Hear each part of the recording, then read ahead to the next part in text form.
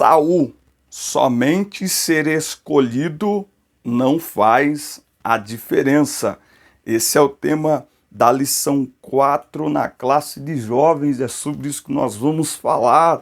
A paz de Cristo, meus irmãos. Sejam muito bem-vindos a mais uma aula da Escola Dominical. Eu sou o professor Denis Pereira e é uma alegria receber você por aqui. Se não está inscrito ainda, está chegando agora no canal, eu convido você a se inscrever. Faça parte da comunidade de quase 20 mil pessoas que semanalmente são abençoadas, edificadas pela palavra de Deus. Afinal de contas, esse canal é o canal da palavra de Deus, com aulas para as classes de jovens, juvenis e adolescentes e todo um conteúdo também para essa faixa etária sobre relacionamento, sexualidade, liderança, tá bom? Então, deixa aí ativado o sino de notificações do seu smartphone para o YouTube te avisar das novidades que temos por aqui. Na descrição dos vídeos tem todas as minhas redes sociais. Siga o nosso perfil no Instagram, @DenisPereiraOficial. Fale conosco pelo WhatsApp, 19 99 444 2831. Vamos então para mais uma aula da Escola Dominical, lição 4, classe de jovens. Quando a escolha aí não faz a diferença, somente ser escolhido não faz a diferença. Texto do dia: arrependo-me de haver posto a Saul como rei, porquanto deixou de me seguir e não executou as minhas palavras. O que significa o texto quando diz arrependo-me? Mas afinal de contas, Deus se arrepende? A Bíblia diz que Deus não se arrepende, não é filho do homem para mentir, não é homem para mentir, nem filho do homem para se arrepender. Como é que diz aqui que Deus ele se arrepende? Isso é fantástico, porque Deus em sua soberania, não é? Ele tem os seus atributos, não é? Ele tem os seus atributos, entre eles o da sua justiça e da sua misericórdia, não é? Então, quando a Bíblia diz que Deus se arrepende, significa o quê? Deus, ele se arrepende no sentido que nós nos arrependemos.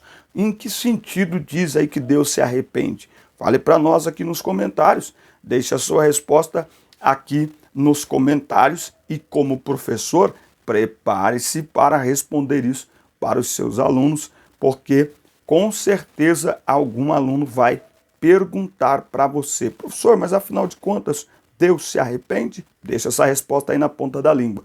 Os objetivos desta lição é refletir a respeito da chamada e escolha de Saul para ser o primeiro rei de Israel, mostrar os erros cometidos por Saul durante seu reinado e saber como foi o término do reinado de Saul. Nós vamos ver aí algumas qualidades de Saul e realizações. Ele foi o primeiro rei de Israel, não é? Afinal de contas, Saul foi escolhido por Deus. Você já deve ter ouvido alguém falar, até algumas pregações: mas Davi não deu certo, Saul não deu certo porque foi o povo que escolheu ele. Nós vamos ver isso aqui hoje, tá? O texto bíblico está em 1 Samuel 13, do 8 ao 14.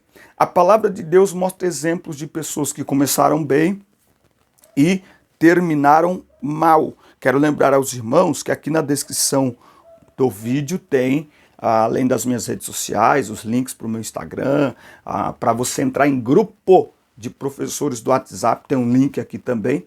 E nesses grupos nós disponibilizamos material em PDF para você abrir aí no seu smartphone, encaminhar para os seus alunos, a revista também. Fala conosco aí. Olha só, então tem pessoas que começaram bem e terminaram mal. A obediência a Deus é a senha de qualquer um que quiser ser bem-sucedido. A obediência é a chave não apenas para começar, mas muito mais para terminar bem.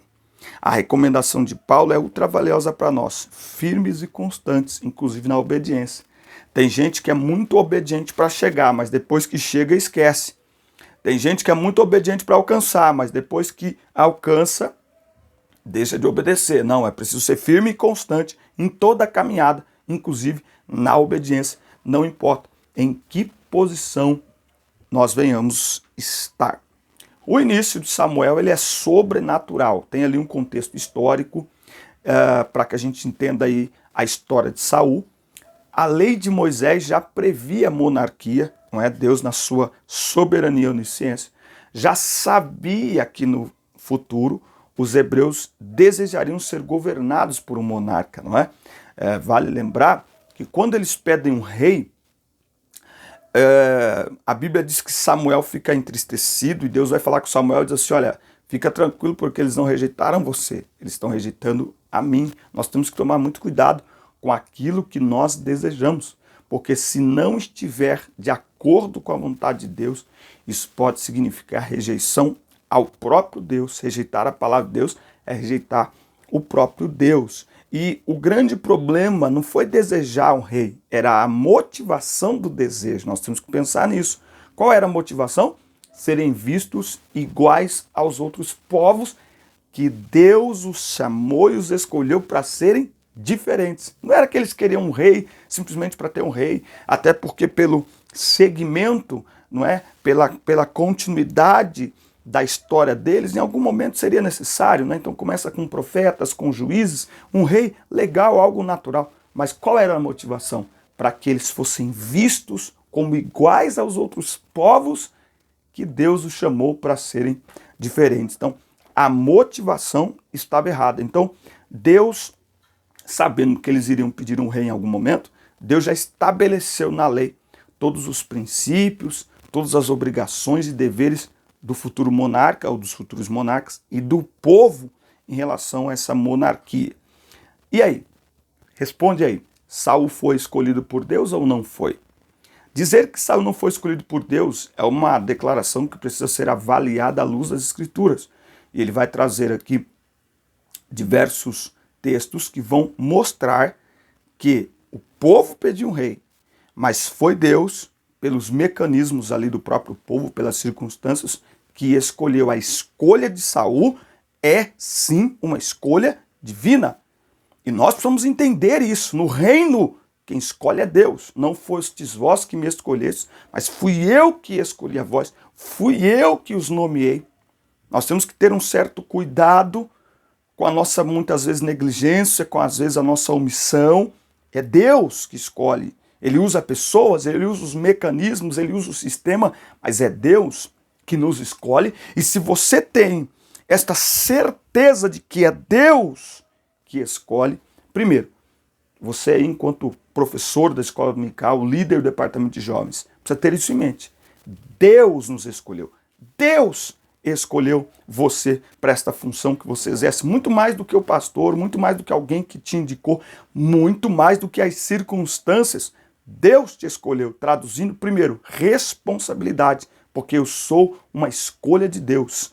O que estou fazendo é porque Deus me escolheu. Opa, preciso ter responsabilidade. Eu preciso temer a Deus, eu preciso, ter consciência disso. Segundo, isso deve trazer para nós um encorajamento, um entusiasmo maravilhoso, porque mesmo sendo pequenos, mesmo sendo falhos, nós precisamos ter esta convicção. Deus nos escolheu. Então, Deus usou ali todos os mecanismos para escolher Saul, todos os acontecimentos, todos os sinais da vocação de Saul, todos os sinais que estão relatados ali em 1 Samuel 9, 1 Samuel 10, todos os sinais aconteceram exatamente como foram preditos, no caso aí pelo profeta Samuel, por Deus através do profeta Samuel. Samuel então convoca o povo para Mispa e lá encontra o seu rei. Saul era um homem muito alto, mas estava escondido entre a bagagem. Eu gosto disso, a Bíblia faz questão de mostrar as limitações destes grandes homens, mas ali ele foi declarado, ungido, rei por Deus sobre Israel, não é? Então os sinais mostravam, deixaram claro que Deus escolhera Saul para ser o primeiro rei de Israel. Que privilégio! Saul foi escolhido por Deus. O interessante aqui é Deus conhecia Saul? Claro que conhecia. Deus sabia que Saul era tímido. Deus conhecia as falhas, os defeitos de Saul? Claro que sim. E aí fica a pergunta, então, por que ele escolheu Saul mesmo assim? Porque a escolha divina é uma oportunidade para Deus trabalhar em nós e por nós. Olha o que a Bíblia diz em 1 Coríntios. Tem Bíblia aí? Bloquinho de anotações. 1 Coríntios, capítulo 1, versículo 26. Diz assim: porque vedes o vosso chamado, irmãos, que não são muitos os homens sábios segundo a carne, nem muitos poderosos, nem muitos os nobres que são chamados. Mas Deus escolheu as coisas loucas deste mundo para confundir os sábios. E Deus escolheu as coisas fracas deste mundo para confundir as coisas que são poderosas. E Deus escolheu as coisas vis deste mundo e as coisas que são desprezíveis, sim, as coisas que nada são, para aniquilar a nada as coisas que são, para que nenhuma carne se glorie na sua presença. E olha um texto também de 2 Coríntios 12 e 9, quando Paulo reclama ali do espinho na carne, a resposta de Deus é: a minha graça te basta, porque o meu poder se aperfeiçoa na fraqueza. Perfeito não é o escolhido, mas o Deus que escolheu, que está pronto a aperfeiçoar os escolhidos para que se rendam a Ele, a quem os escolheu. Perfeito é a escolha, é o Deus que escolhe, e Ele escolhe os imperfeitos e se aperfeiçoa, e aperfeiçoa o seu poder em nossas fraquezas, em nossas limitações. Veja que mesmo Davi, o homem segundo o coração de Deus, tinha falhas. Então, qual é a lição que nós aprendemos? Quem se humilha, Deus exalta. Quem se exalta, Deus humilha. Qual é a nossa grande lição aqui? Não pegue os seus defeitos, não pegue as suas limitações e transforme isso em impedimento para você fazer aquilo que Deus colocou a sua mão para fazer. Faça. O Deus que chama é onisciente. Ele sabe onde somos falhos, sabe onde somos imperfeitos e, portanto, é uma oportunidade que Ele está nos dando para trabalhar em nós, para nos aperfeiçoar nos nossos pontos fracos, para nos fortalecer, para nos edificar. Então, primeira lição aqui é: não rejeite o chamado de Deus por causa dos seus defeitos, porque é com os seus defeitos, com os meus defeitos, é com os defeitos que Ele nos chama para trabalhar em nós, para aperfeiçoar em nós o seu poder. Não use seus defeitos, suas limitações como desculpa para fazer as coisas de Deus de forma relaxada. Tenha cuidado. Cometendo erros no meio do caminho. Uma desobediência completa. Apesar de todos os sinais demonstrados e da honra e autoridade dadas por Deus, Saul desobedeceu ao Eterno. Diante de uma batalha contra os filisteus, Saul descumpriu a ordem de Samuel de esperar o retorno do profeta para oferecer um sacrifício. Enfim, ele fez algo certo. Era certo o que ele estava fazendo, mas ele não era designado para aquela função. Depois tem uma obediência parcial. Deus falou para Saul, por intermédio de Samuel, que ele aniquilasse os amalequitas. Estes amalequitas são aqueles que, quando o povo saiu do Egito, esses amalequitas, quando eles chegaram, o povo de Deus chegou na região deles e pediu passagem, eles não deixaram o povo de Israel passar por sua terra. Tudo bem, agora chega o momento de eles serem corrigidos por Deus. E a ordem foi o quê? Destrói tudo, acaba com tudo, não guarda nada, destrói tudo, ouro, prata, o gado, tudo. Mas Saul foi lá e trouxe despojos de guerra, como era comum fazer. Mas a ordem de Deus, nesse caso específico, era: destrói tudo. Samuel destruiu, mas preservou o gado para ser oferecido como oferta ao Senhor, preservou algumas riquezas e o rei dos amalequitas. Uma obediência parcial. Saul está mostrando aqui que ele tem um problema em relação a obedecer à autoridade de Deus. Presta bem atenção. Sabe como é que Deus nos ensina? Algo que nós precisamos aprender é nos testando exatamente naquele ponto, através de pessoas, viu? Através de pessoas. E Saul teve muitas outras atitudes erradas, ele fez um voto errado, depois ele se sentiu incomodado com os cânticos das mulheres sobre Davi. O que Saul não estava percebendo é que ele estava se deixando levar cada vez mais pelo seu egoísmo, não é? Com Deus não existem atalhos quando o assunto é obediência. Nem sempre fazer a coisa certa significa fazer o certo. Existem muitas nuances a serem consideradas. É preciso prestar atenção aos detalhes. É preciso conhecer a palavra de Deus para discernir a sua vontade. Caso contrário, podemos fazer o certo para nós, para os outros, porém o que é errado para Deus. Obediência parcial é o mesmo que desobediência. Não adianta dizer, não, mas isso aqui eu fiz. Então, mas não adianta. Obediência parcial é o mesmo que desobediência. As atitudes de Saul revelam alguém sem equilíbrio, dominado por seus impulsos. Saul é extremamente impulsivo. Algo interessante é que Saul foi rejeitado como rei. Deus o rejeitou como rei de Israel, não como pessoa. Você pode ler em 1 Samuel 16:1. Deus chega para Samuel e diz: até quando terás dó de Saul, havendo eu o rejeitado para ser rei sobre Israel?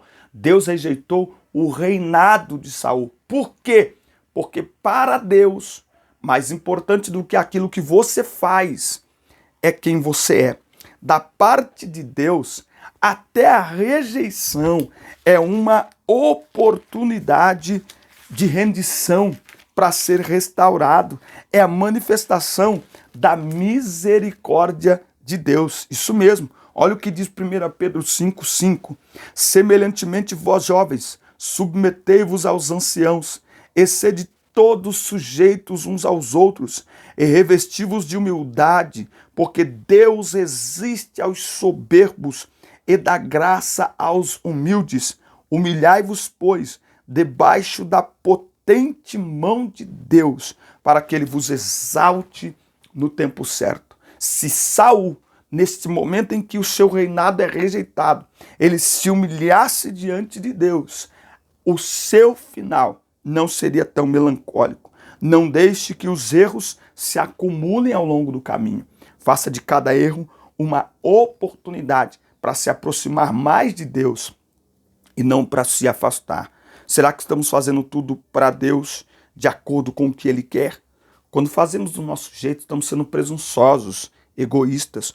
Quando fazemos as coisas de acordo com a vontade de Deus, Ele é glorificado, porque dele, por Ele e para Ele são todas as coisas. Glória, pois, a Ele eternamente. Amém. Nós somos servos do Senhor e todas as nossas atitudes, tudo aquilo que nós fazemos, precisa estar de acordo com o que Ele estabelece, com o que Ele quer. Não é do nosso jeito, é do jeito dele. A história de Saul está aí para que eu e você possamos nos acordar e falar: opa, peraí, eu vou me prostrar, eu vou me render, porque Deus resiste aos soberbos. Não há ninguém que tenha se ensoberbecido contra Deus e que tenha ganhado essa batalha, porque Ele é Deus. Então, que nós possamos aprender esta grande lição com esta triste história de Saul.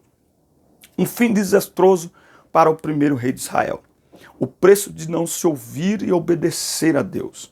O preço de tanta indiferença para com as coisas de Deus resultou no silêncio do Eterno para com Saul. O princípio vale para os nossos dias. Para que buscar a orientação do Senhor se essa busca não é acompanhada na mesma intensidade pela obediência?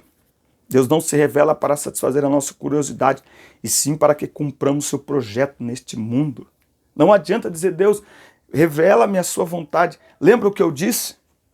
motivação, intenção. No próprio 1 Samuel 16, a Bíblia diz assim, Deus falando para Samuel, ei, Deus não olha como o homem vê. O homem vê o que está diante dos seus olhos, Deus olha o coração, traduzindo intenção, motivação. O nosso culto, muitas vezes, nós estamos fazendo o certo no culto.